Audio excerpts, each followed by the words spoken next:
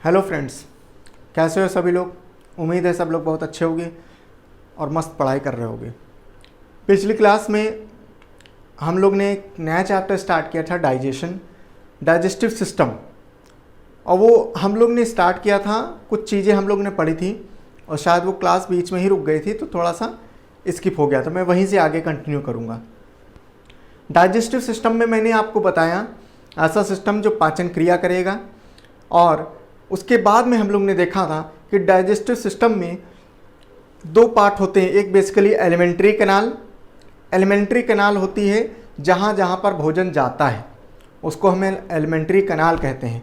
और हर एक alimentary canal में आपको जो है कुछ ग्रंथि मिलेगी, और वो ग्रंथि जो है क्या करेगी, एंजाइम स्रावित करेगी। वो एंजाइम क्या करेगा, हमारे भोजन को पाचन करेगा। हम लोग ने एक चार्ट बना के देखा था कि पहले खाना माउथ में जाएगा, फिर उसके बाद में माउथ के बाद में फिर ईसोफेगस में, फूड पाइप में जाएगा, आहार नली में, उसके बाद में फिर स्टमक में जाएगा, फिर स्टमक के बाद में फिर वो स्मॉल इंटेस्टाइन में जाएगा, फिर स्मॉल इंटेस्टाइन के बाद में लार्ज इंटेस्टाइन या बड़ी आंत में जाएगा। ठीक, सब में अपनी अपनी ग्रंथि होती है और उस ग्रंथि के द्वारा हार्मोन वो एंजाइम स्रावित होगा और वो अपना पाचन क्रिया करेगी। ठीक है, हम लोग ने बहुत अच्छे से स्टार्ट किया था, स्टार्टिंग फ्रॉम माउथ से स्टार्ट किया था। और माउथ को मैंने बताया था, माउथ में बेसिकली 3 पार्ट होते हैं। ठीक है, माउथ में हम लोग ने स्टार्ट किया था और हमने देखा था कि माउथ में 3 पार्ट होते थे। एक टंग होता था, और एक टीथ और एक लिप्स। ठीक है, ये तीनों पार्ट में हम लोग ने टंग स्टार्ट किया। टंग में हम लोग ने देखा क्या कि जो टंग है, टंग में जो है एक तो टेस्ट बड होते हैं। हम लोग ने देखा यहाँ स्वीट होता है, यहाँ पर सोर होगा माने खट्टा होगा, यहाँ पर सॉल्टी होगा, और यहाँ पर बिटर माने कड़वा होता है। ठीक है, पहली बात तो ये देखा। उसके बाद में देखा कि जो हमारी जो जुबान है या जो टंग है, उसमें छोटे छोटे छेद होते हैं जिसको हम लोग मेडिकल भाषा में बक्कल कैविटी बोलते हैं। क्या बोलते हैं? बक्कल कैविटी बोलते हैं। और इस बक्कल कैविटी में एक ग्रंथि होती है, सलाइवरी ग्रंथि। ठीक है, सलाइवरी ग्लैंड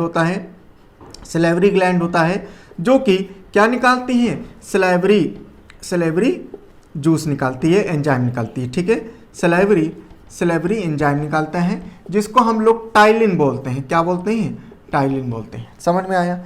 ये जो टाइलिन हार्मोन, जो टाइलिन था, ये टाइलिन क्या करता था, हमारे कार्बोहाइड्रेट को क्या करेगा, हमारे कार्बोहाइड्रेट को ये चेंज करके कार्बोहाइड्रेट, जितना भी हमारा कार्बोहाइड्रेट होगा, इसको जो है ये चेंज कर देगा। समझ में आया? इसको पाचन क्रिया करे, ये पाचन करेगा, कार्बोहाइड्रेट को ये पाचन करेगा। समझ में आया? ठीक है, तो ये हमारा जो है क्या है, इतना हम लोगों ने लगभग पढ़ा था। ठीक है, आगे हम लोग जो है हम लोग पढ़ने जा रहे हैं स्टमक के बारे में। ठीक है, स्टमक बेसिकली मैं पढ़ा चुका था। उसमें हुआ क्या कि कुछ शायद इंटरप्ट हो गया, जिसकी वजह से वो क्लास रिकॉर्ड नहीं हुई। ठीक है, आगे हम लोग स्टमक के बारे में पढ़ने जा रहे हैं। स्टमक, ठीक है, स्टमक बहुत इंपॉर्टेंट है, बहुत ध्यान से सुनिएगा। ठीक है, इंपॉर्टेंट चैप्टर है ये। ठीक है, स्टमक देखो, HCl देखो, स्टमक के अंदर एक एसिड होती है जिसको हम लोग HCl कहते हैं, हाइड्रोक्लोरिक एसिड होती है। और ये जो हाइड्रोक्लोरिक एसिड होती है, ये हमारे सबसे पहले मैंने आपको बताया था कि जब भी माउथ के अंदर भोजन जाएगा तो माउथ के अंदर क्या होगा, तुरंत जो कोई भी अगर बैक्टीरिया अगर आया है तो वो बैक्टीरिया माउथ के अंदर मरता है। लेकिन मान लो जो बच गया, मान लो 100% है, तो 100% मान लो 60% या 50% मान लो बैक्टीरिया माउथ के अंदर ही मर गया। आगे खाना जाएगा, आगे खाना इस ईसोफेगस के अंदर जाएगा। ईसोफेगस हम लोग शायद भूल गए हैं, तो ईसोफेगस समझ लो। ईसोफेगस के अंदर माने ये फूड पाइप जो होती है, फूड पाइप के अंदर जाएगा, आहार नाल के अंदर जाएगा। आहार नाल में कोई भी ग्रंथि नहीं होती। इसका मतलब क्या है, आहार नाल में ईसोफेगस आहार नाल इसको कहते हैं। आहार नाल में क्या होगा, आहार नाल है ये। ठीक है, इसके अंदर नो ग्लैंड माने क्या, कोई भी ग्रंथि नहीं, और कोई ग्रंथि नहीं तो इसका मतलब क्या है, कोई भी एंजाइम जो है इसमें स्रावित नहीं होगा, कोई एंजाइम भी स्रावित नहीं होगा। एंजाइम स्रावित नहीं होगा तो इसका मतलब क्या है, इसमें नो डाइजेशन, इसमें क्या होगा, नो डाइजेशन। समझ में, नो डाइजेशन, कोई भी डाइजेशन नहीं होगा। आहार नाल का काम सिर्फ इतना होता है कि जो मुंह का जो भोजन है, जो माउथ में डाइजेस्ट हो गया, उसके बाद में वो जो भोजन है वो भोजन ईसोफेगस, ये माउथ से लेके स्टमक में ट्रांसफर करना काम होता है इसका। समझ में आया, ईसोफेगस का सिर्फ इतना काम होता है। ठीक, अब आओ स्टमक में। स्टमक में खाना गया, मैंने आपको बताया स्टमक में HCl एसिड होती है। जैसे ही खाना गया हमारे पेट के अंदर, तो पेट के अंदर जो उसकी मसल्स होती हैं ये क्या करेंगी, ये खाने को इधर से उधर हिलाएंगी, और जैसे ही मसल्स उसकी कॉन्ट्रैक्शन है, रिलैक्सेशन करेंगी, माने खिंचाव करेंगी और सुगड़ेंगी और फैलाव करेंगी, तो तुरंत क्या होगा, ये जो HCl एसिड है तुरंत ये एक्टिव हो जाएगी। और एक्टिव होने के बाद में इनको तुरंत मैसेज मिलता है क्या, कि खाना आ गया है, आप अपना काम शुरू करें। तो ये क्या करेंगे, तुरंत एक्टिव होगी, तो खाने में मौजूद जो भी बैक्टीरिया बचा है उसको मार देगी। समझ में आया, पहला काम ये।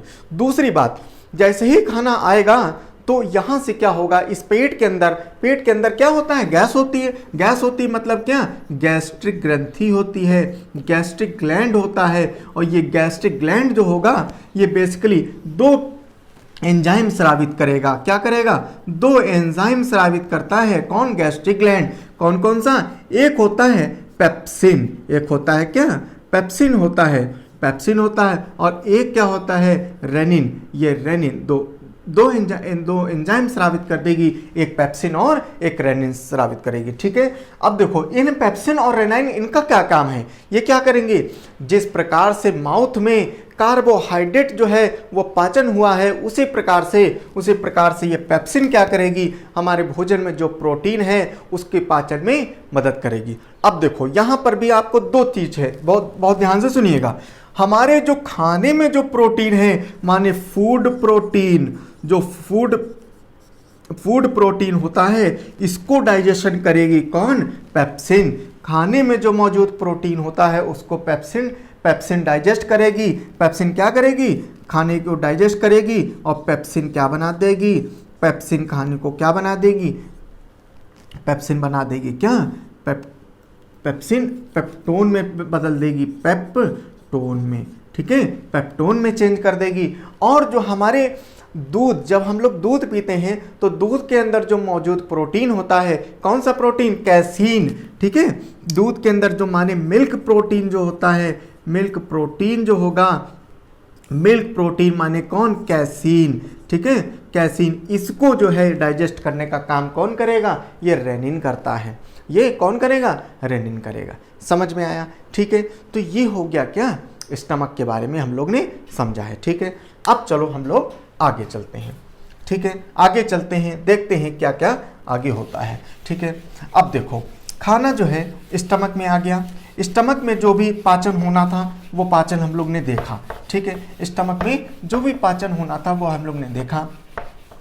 और अब जो है भोजन जो है अब कहाँ जाएगा, अब सीधे अब स्टमक के बाद में सीधे कहाँ जाएगा। देखो मान लो ये क्या है, ये स्टमक है, स्टमक के बाद में क्या है, यहाँ पर ये सीधे ये ऐसे करके ये क्या है, ये छोटी आंत है। क्या है, ये छोटी आंत है। ठीक है, तो स्टमक, और यहाँ पर क्या है, यहाँ लीवर है, यहाँ गॉल ब्लैडर है, यहाँ पैंक्रियाज है। ठीक है, यहाँ लीवर है, ये गॉल ब्लैडर और ये पैंक्रियाज, ये क्या अमाशय है, ये गॉल ब्लैडर पित्त की थैली है, और ये क्या है, अग्नाशय है। ठीक है, और यहाँ पर क्या होगा, यहाँ अपेंडिक्स होगा। अपेंडिक्स के बाद में ये क्या है, लार्ज इंटेस्टाइन है। क्या है ये लार्ज इंटेस्टाइन माने बड़ी आंत होगी, और ये रेक्टम होता है। हम लोग 1 बाय 1 एक से लेके हम लोग एक चीज़ बहुत ध्यान से पढ़ेंगे, पूरा डाइजेशन आज ही कंप्लीट करेंगे। क्लियर है, बहुत ध्यान से सुनिएगा। ठीक है, इम्पॉर्टेंट है और बहुत अच्छे से समझना, नहीं तो समझ में नहीं आएगा। ठीक है, बहुत अच्छे समझना। ठीक है, बीच बीच में छोटे छोटे डायग्राम के थ्रू मैं समझाता रहूँगा, ध्यान से सुनिएगा। ठीक है, चलो जैसे ही मैंने देखा, जैसे भोजन कहाँ, पेट के द्वारा गया, पेट में भोजन जो पचना था वो पच गया। अब ये खाना जाएगा स्मॉल इंटेस्टाइन में, छोटी आंत में। ठीक है, तो हम लोग देखते हैं छोटी आंत में, ठीक है, कुछ इस प्रकार से छोटी आंत होती है, ठीक है, छोटी आंत होती है, बहुत ध्यान से देखिएगा। छोटी आंत जो होती है, ये जो स्मॉल इंटेस्टाइन होती है, स्मॉल इंटेस्टाइन लगभग 22 फीट की लगभग 22 फीट की स्मॉल इंटेस्टाइन होती है। और ये स्मॉल इंटेस्टाइन बेसिकली 3 पार्ट में डिवाइडेड होती है, समझ रहे हो, 3 पार्ट में। मान यहाँ तक जो है इसको हम लोग ड्यूडेनम कहते हैं, ड्यूडेनम कहते हैं।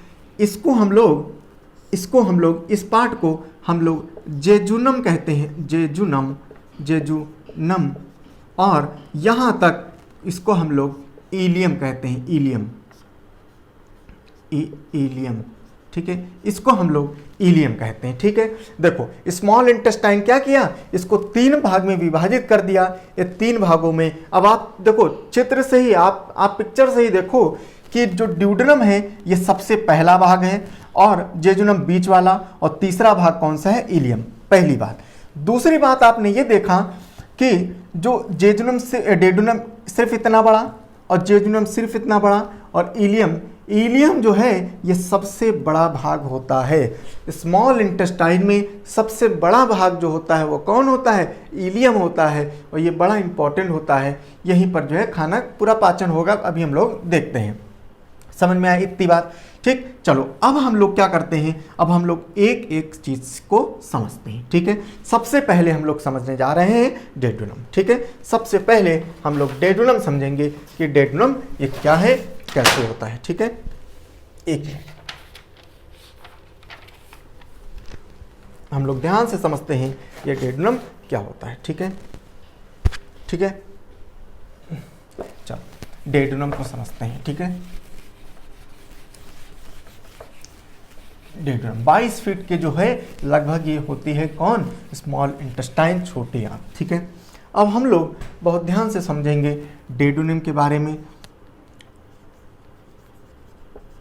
इंपॉर्टेंट है ये, ठीक है। आप देखो ये जो डेडुनम है ये आपने जैसे देखा, ये पेट से जहाँ पेट पर ख़त्म हुआ था वहीं से ये स्टार्ट होती है, और इसके ऊपर लीवर होता है कुछ ऐसे प्रकार से। देखो ये ऐसे ऐसे होती है, ठीक है, ऐसे होती ना। तो यहीं पर हमने बताया क्या, ये लीवर है, यहाँ गॉल ब्लैडर है और यहाँ पैंक्रियास, ठीक। इसका मतलब क्या है, ये डेडुनम जो है, डेडुनम ये लीवर से जुड़ी है, डेडुनम गॉल ब्लैडर से भी जुड़ी है, और डेडुनम ये पैंक्रियास से भी जुड़ी है। इसका मतलब है duodenum has 3 part, duodenum has 3 part, ठीक। डेडुनम के 3 भाग होते हैं। डेडुनम के कितने भाग होंगे, ये 3 भाग होंगे। डेडुनम में 3 भाग होते हैं, कौन कौन सा, एक लीवर होगा, एक गॉल ब्लैडर होगा, पित्त की थैली होगा, ठीक है, गॉल ब्लैडर, और एक होगा पैंक्रियास अग्नाशय, पैंक्रियास अग्नाशय। ये 3 भाग होता है किसमें, डेडुनम। ये 3 भाग मिलके जो है डेडुनम बनाएगा, ठीक है। अच्छा अब आगे हम लोग फिर एक एक चीज को पढ़ते हैं कि क्या क्या है, ठीक। सबसे पहले हम लोग लीवर से स्टार्ट करते हैं, ठीक है। सबसे पहले हम लोग बहुत ध्यान से सुनना, ठीक है, बहुत कॉम्प्लिकेटेड थोड़ा चैप्टर है, लेकिन मैं एक एक चीज अच्छे से पढ़ा रहा हूं तो आपको ताकि समझ में आए, ठीक है। लीवर, देखो सबसे पहली बात हम लोग लीवर पढ़ने जा रहे हैं, तो लीवर पढ़ने मतलब लीवर की स्टडी को हम लोग कहते हैं हेप्टालॉजी, हेप्टालॉजी। हमने आपको कई बार ये अच्छे बताया, देखो hepta means liver, hepta means related to liver, और लॉजी मीन्स स्टडी, मीन्स क्या कि लीवर के अध्ययन को हम लोग हेप्टालॉजी कहते हैं। करीब 1.5 kg का ये ऑर्गन होता है। 1.5 kg मतलब काफ़ी वजन हो गया, और ये वजन 1.5 kg का होता है, इसी वजह से काफ़ी वजन भी हो गया, और इसी वजह से कहा जाता है कि heaviest organ in the body, ठीक है। सबसे ज़्यादा हैवीएस्ट होता है ये ऑर्गन, ठीक है, हैवीएस्ट ऑर्गन होता है ये, हैवीएस्ट ऑर्गन, और ये सबसे बड़ा भी है, लार्जेस्ट भी है, लार्जेस्ट ऑर्गन भी है, ठीक है। लार्जेस्ट ऑर्गन भी कौन है, लीवर होता है। लेकिन यहाँ पर मैं एक बात थोड़ा सा क्लियर करूँगा आपको। मैं पहले भी ये चीज़ लिखाया हूँ जब मैं ग्लैंड पढ़ा रहा था, सबसे लार्जेस्ट ग्लैंड कौन, लीवर। लेकिन अब एग्जाम में क्या खेल हो जाता है, एग्जाम में खेल क्या है, मान लो लीवर ऑप्शन में ही नहीं आया, ठीक, और आ गया क्या, स्किन आ गया, तो स्किन हो जाएगा। समझ में आए, स्किन हो जाएगा। सबसे बड़ा अगर ऑर्गन अगर लीवर नहीं है तो क्या हो जाएगा, स्किन हो जाएगा। और अगर दोनों हैं, लीवर और स्किन दोनों हैं, तो पहले स्किन मारोगे तब जाके लीवर होगा। समझ में आए, ठीक है, क्योंकि स्किन को भी मानते हैं लोग, इस वजह से क्या है, अगर और ऐसे अगर आ जाए लार्जेस्ट इंटरनल ऑर्गन तो क्या हो जाएगा, लीवर हो जाएगा। समझ में आया, ठीक है, पहली बात तो ये, ठीक। चलो, तो ये हो गया, ये लार्जेस्ट ऑर्गन है, ठीक है। आगे समझो, ठीक। देखो ये जो लीवर है, इस लीवर का काम क्या है, ठीक है। इस लीवर का काम होता है, ये फैट जो हम लोग खाते हैं, भोजन में जो भोजन आया है उसमें फैट भी होगा, तो फैट को ये पाचन करता है। ये फैट को क्या करेगा, फैट को डाइजेस्ट करेगा, किस में बदलेगा, फैटी एसिड में बदलेगा, ठीक है, फैटी एसिड में बदलेगा, ठीक है। पहली बात कैसे करेगा आगे समझते हैं। देखो, और दूसरा काम इसका क्या होता है, ये बाइल जूस बनाता है, पित्त रस बनाता है। क्या बनाता है, पित्त रस रिलीज करेगा, और रिलीज करेगा, और रिलीज करने के बाद में इसको कहाँ स्टोर करवाएगा, गॉल ब्लैडर में। मैंने आपको पिछली क्लास में ये चीज़ लिखवाई थी, ये पॉइंट, ये उसमें ग्लैंड वाले हार्मोन वाले चैप्टर में लिखाई थी, यही चीज़ लिखवाई थी। Bile juice is released from liver and stored in gall bladder. ये लीवर से स्रावित होगा बाइल जूस और गॉल ब्लैडर में स्टोर हो जाएगा। देखो लीवर बहुत बढ़िया आदमी है। लीवर क्या करता है, बार बार काम करने का झंझट नहीं करता। वो जानता है कि बार बार तुम फैट खाओगे, ठीक है, भोजन खाओगे उसमें फैट होगा। लीवर क्या करेगा, बढ़िया सा बाइल जूस निकाला और निकाल के टेंशन फ्री हो गया, क्योंकि स्टोर हो गया किसमें, गॉल ब्लैडर में। अब गॉल ब्लैडर जाने फैट आए उसका अपना पाचन करे, क्योंकि भाई पाचन जो करेगा बाइल जूस करेगा, तो बाइल जूस क्या करेगा, फैट को पाचन करके फैटी एसिड में बना देगा, ठीक है। तो अब बाइल जूस है कहाँ, अब तो गॉल ब्लैडर में स्टोर हो गया। लीवर का काम है सिर्फ बनाना, ठीक, सिर्फ बना के स्टोर करवा देगा कहाँ, गॉल ब्लैडर में। बढ़िया आराम से चौड़ीस मस्ती कर रहा है, ठीक। अब मगर देखो दिक्कत यहाँ आती है कि आपने देखा होगा जैसे जिनके जो है पथरी हो जाती है, कहाँ पर, पित्त की थैली में, किडनी में नहीं, पित्त की थैली में, जो पित्त की थैली में गॉल ब्लैडर में जिनके पथरी हो जाती है, तो उस केस में क्या होता है, जब बड़ी हो जाती है या कभी कभी इन्फेक्शन हो जाता है, बुढ़ापे में ज़्यादातर होता है, ऐसे नहीं, तो उस केस में क्या है, गॉल ब्लैडर निकालना पड़ता है, गॉल ब्लैडर निकालना पड़ता है, उसको ऑपरेट करके निकाल देते हैं। आजकल लेजिक फॉर्म में जो है उसका हो जाता है, लेज़र से उसका ट्रीटमेंट हो जाएगा, बड़ी कोई चिंता वाली बात नहीं होती। लेकिन उसको निकालने के बाद में देखो डॉक्टर क्या कहते हैं, आपको ऑयली चीज़ें, आपको फैटी चीज़ें, आपको दूध वाली चीज़ें, ये सारी चीज़ें अवॉइड करना है, नहीं खाना है। क्यों नहीं खाना है, क्योंकि क्या है, जब आप फैट का सेवन करोगे तो क्या है, अब उसका पाचन होना चाहिए। लेकिन पाचन करने के लिए बाइल जूस चाहिए। बाइल जूस स्टोर होता था कहाँ, गॉल ब्लैडर में, लेकिन गॉल ब्लैडर क्या है, अब तो हट चुका है। तो अब क्या होगा, अब ये बाइल जूस बनाने का काम किसका है, लीवर का। तो अब स्टोर नहीं है, अब जितने बार तुम खाओगे उतने बार लीवर को काम करना पड़ेगा। तो लीवर बड़ा आलसी इंसान है, वो एक बार काम करके बैठ जाता है, लेकिन अब भैया क्या है, अब उसको लीवर को बार बार काम करना पड़ेगा। इसकी वजह से क्या होगा, लीवर पर बहुत ज़्यादा इफेक्ट पड़ेगा, लीवर डैमेज भी हो सकता है। इसी वजह से कहा जाता है कि आप ऑयली सामान जो है आप उसको अवॉइड करिए, मत खाइए। समझ में आया। तो लीवर का समझे आप लोग क्या, कि लीवर क्या है, लीवर का क्या काम करता है, बाइल जूस को जो है बनाने में मदद करता है, ठीक है, बाइल जूस को बनाने में मदद करता है और स्टोर हो जाता है गॉल ब्लैडर में। और गॉल ब्लैडर क्या करेगा, गॉल ब्लैडर उसको जो है उसको फैट को जो है चेंज करेगा फैटी एसिड में। बाइल जूस क्या करेगा, बाइल जूस उसको पचाएगा, फैट को पचाएगा, फैटी एसिड में कर देगा। समझ में आया, ठीक है, पक्का। तो ये हम लोग ने देखा कि लीवर और उसको गॉल ब्लैडर के बारे में हम लोग ने देख लिया है, ठीक है। चलिए आगे हम लोग समझते हैं। हम लोग ने देखा था 3 भाग देखे थे, तो हम लोग का लीवर हो गया, गॉल ब्लैडर हो गया। अब उसके बाद में तीसरा भाग जो है वो है पैंक्रियास, ठीक है, अग्नाशय, पैंक्रियास या अग्नाशय। तो इसको हम लोग देखे हैं, पैंक्रियास और अग्नाशय के बारे में देखते हैं ये क्या है, ठीक है। पैंक्रियास, अग्नाशय। पैंक्रियास में हम लोग ने देखा था, सबसे पहली बात पैंक्रियास जो है इसकी खोज जो है लैंगरहैन ने करी थी। किसने करी थी, लैंगरहैन ने करी थी। और दूसरी बात, इसमें हम लोग ने देखा था, इसमें 4 टाइप के सेल्स होते थे, ठीक है, अल्फा बीटा, ठीक है, अल्फा बीटा डेल्टा और एप्सिल, ठीक। इन तीनों सेल के बारे में उससे निकलता था हार्मोन, ठीक है, इनसे हार्मोन निकलता था और इनसे एंजाइम निकलता है, ठीक है, इनसे एंजाइम निकलेगा, ठीक। ये हार्मोन हम लोग पढ़ चुके हैं तो इसका कोई मतलब अब नहीं है, ठीक। हार्मोन हमको नहीं पढ़ना, हमको पढ़ना है एंजाइम या जूस जो निकलेगा वो हम लोग को पढ़ना है, बहुत ध्यान से सुनिएगा, ठीक है। चलो, तो हार्मोन्स वाला कोई मतलब नहीं है, अब हम लोग को पढ़ना है क्या है, ये एंजाइम पढ़ना है, ठीक है। देखो, क्योंकि हम लोग पाचन कर रहे हैं, ठीक है, हम लोग को पाचन से मतलब है। चलिए देखते हैं। तो ये जो पैंक्रियाज है ये क्या करेगा, एक जूस निकालेगा, पैंक्रियाटिक जूस। क्या निकालेगा, पैंक्रियाटिक जूस निकालेगा। समझ में आया?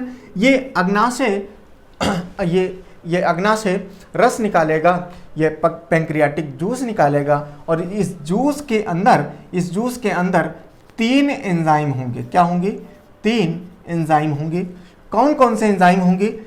एक एंजाइम होगा पैंक्रियाटिक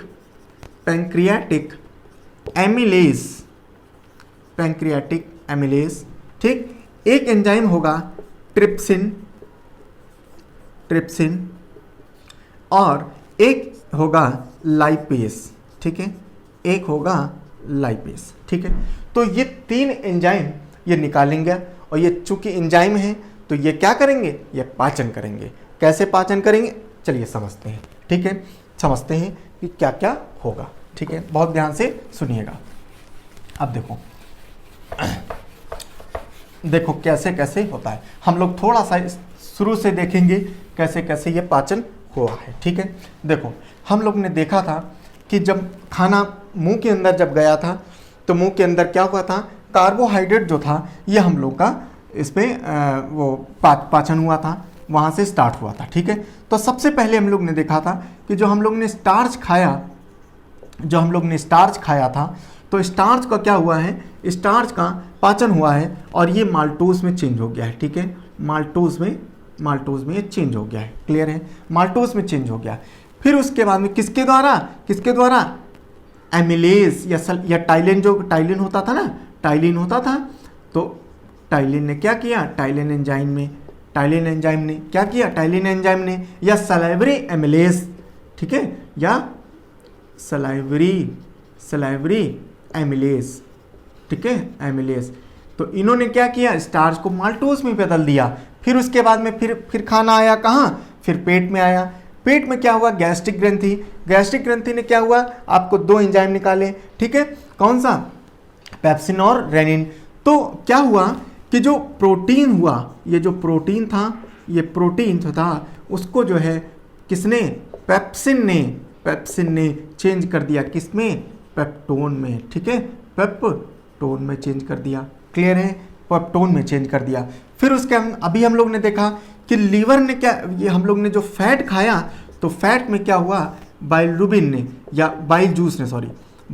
जूस ने क्या किया, इसको चेंज कर दिया, किसमें, फैटी एसिड में। किसमें चेंज कर दिया, फैटी एसिड में, ठीक है, फैटी एसिड में चेंज कर दिया, ठीक। तो इतना हम लोग ने देखा भी, इतना चेंज हो गया। अब देखो, अब आगे, अब पैंक्रियाज में कैसे क्या हो रहा है देखिएगा, ठीक है। पैंक्रियाज आगे का काम करेगा। पैंक्रियाज क्या करेगा, ये जो माल्टोज है, ये माल्टोज जो है ये क्या करेगा, माल्टोज को आगे फर्दर एमिलेज, ये कौन सा, पैंक्रियाटिक एमिलेज जो है, ये जो पैंक्रियाटिक एमिलेज है, पैंक्रियाटिक एमिलेज जो है ये क्या करेगा, ये माल्टोज को ग्लूकोज में बदल देगा। किस में बदल देगा, ग्लूकोज में बदल देगा, ठीक है। माल्टोज को क्या करेगा, सिंपलेस्ट फॉर्म में ग्लूकोज में चेंज कर देगा।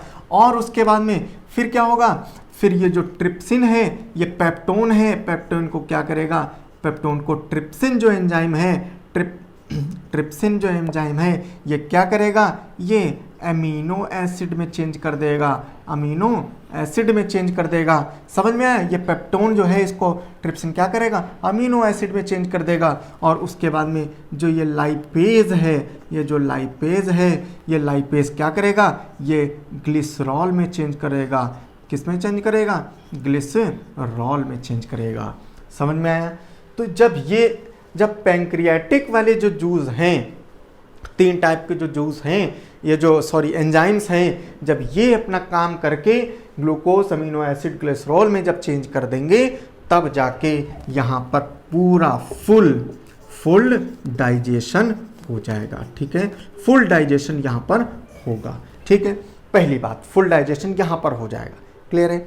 लेकिन अभी हम लोग क्या पढ़ रहे हैं, अभी हम लोग स्मॉल इंटेस्टाइन में ही हैं। और स्मॉल इंटेस्टाइन में भी क्या है, 3 भाग हैं, ड्यूडेनम, जेजुनम और इलियम। तो हम लोग अभी तो ड्यूडेनम में ही हैं, अभी तो जेजुनम में नहीं आए। अब हम लोग चलते हैं जेजुनम में। इतनी बात समझ में आई? ठीक है, इतनी बात समझ में आई। ये चार्ट बना लेना इंपॉर्टेंट है। ठीक है, चलिए अब हम लोग चलते हैं नेक्स्ट, आगे हम लोग चलते हैं। आगे हम लोग देखते हैं कैसे क्या है आगे।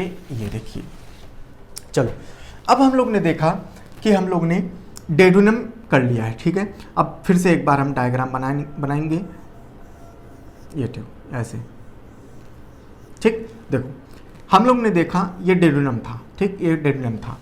अब और ये क्या है, ये जेजुनम है, ये डेडुनम है, ये जेजुनम है। ठीक है, और ये इलियम है। ठीक है, देखो डेडुनम का काम खत्म। ठीक, काम खत्म, खाना डाइजेस्ट हो गया। अब क्या होगा, जेजुनम का काम होता है खाना जो डाइजेस्ट हो गया है, इस डाइजेस्टेड खाना को इलियम तक पहुंचाना। इस डाइजेस्टेड खाना को क्या करना, इलियम तक पहुंचाना। ये काम होता है किसका, जेजुनम का। तो जेजुनम का क्या काम होता है, ट्रांसफर फूड फ्रॉम कहाँ, फ्रॉम किसमें, डेडुनम टू इलियम। ठीक है, ये काम किसका होगा, जेजुनम का। समझ में है? ये जेजुनम का काम क्या होगा, यहाँ से खाना को इसको पहुँचाना। समझ में है? इलियम तक। अब देखिए इलियम में समझते हैं, इलियम क्या है। ठीक है, अब देखो इलियम जो है, इलियम में मान लो ये इलियम है। ठीक है, ये इलियम है। ठीक है, तो इलियम में आप बहुत ध्यान से देखना, इलियम में छोटे छोटे फिंगर लाइक स्ट्रक्चर, उंगली नुमा कुछ ऐसे स्ट्रक्चर होंगे, किसमें, ये इलियम में। ठीक है, ये इलियम में छोटे छोटे यहाँ पर ये होंगे। और यहाँ पर क्या होगा, इसको हम लोग ये जो छोटे छोटे स्ट्रक्चर जो हैं ये इलियम में, इसको हम लोग विलाई बोलते हैं। क्या बोलते हैं, विलाई बोलते हैं। और यहाँ पर क्या होगा, इसी में जो डाइजेस्टेड फूड है ना, वो यहाँ पर क्या हो जाएगा, स्टोर हो जाएगा। क्या हो जाएगा, यहाँ पर खाना स्टोर हो जाएगा, इकट्ठा हो जाएगा यहाँ पर खाना। किसमें, ये विलाइज में। ठीक है, तो क्या कह सकते हैं हम लोग, इलियम में इलियम पहली बात तो सबसे बड़ी है। ठीक है, तीनों में सबसे बड़ी इलियम है। उसके बाद में इलियम में लिख लेते हैं हम लोग तीनों पॉइंट। ठीक है, इट इज लार्जेस्ट, सबसे बड़ी है, लार्जेस्ट। ठीक है, दूसरा, ठीक है, डाइजेस्टेड फूड इज स्टोर्ड। ठीक है, पचा हुआ भोजन यहाँ स्टोर हो जाता है, एकत्रित हो जाता है। ठीक है, और ये जो उंगली नुमा आकार के होते हैं इनको विलाई कहते हैं। ठीक है, finger like structure are called क्या, विलाई। क्या इनको क्या कहते हैं, विलाई। ठीक है, इनको विलाई कहते हैं। क्वेश्चन आ सकता है, ये बड़ा इंपॉर्टेंट है। ठीक है, इनको विलाई कहते हैं। समझ में आया? ठीक है, तो इनको विलाई कहते हैं। ठीक, तो ये हमारा हो गया क्या, इलियम हो गया। ठीक है, ये हमारा इलियम हो गया। अब आगे हम लोग चलते हैं। ये हम लोग का स्मॉल इंटेस्टाइन कंप्लीट हो गया यहाँ पर। ठीक है, स्मॉल इंटेस्टाइन कंप्लीट हो गया है।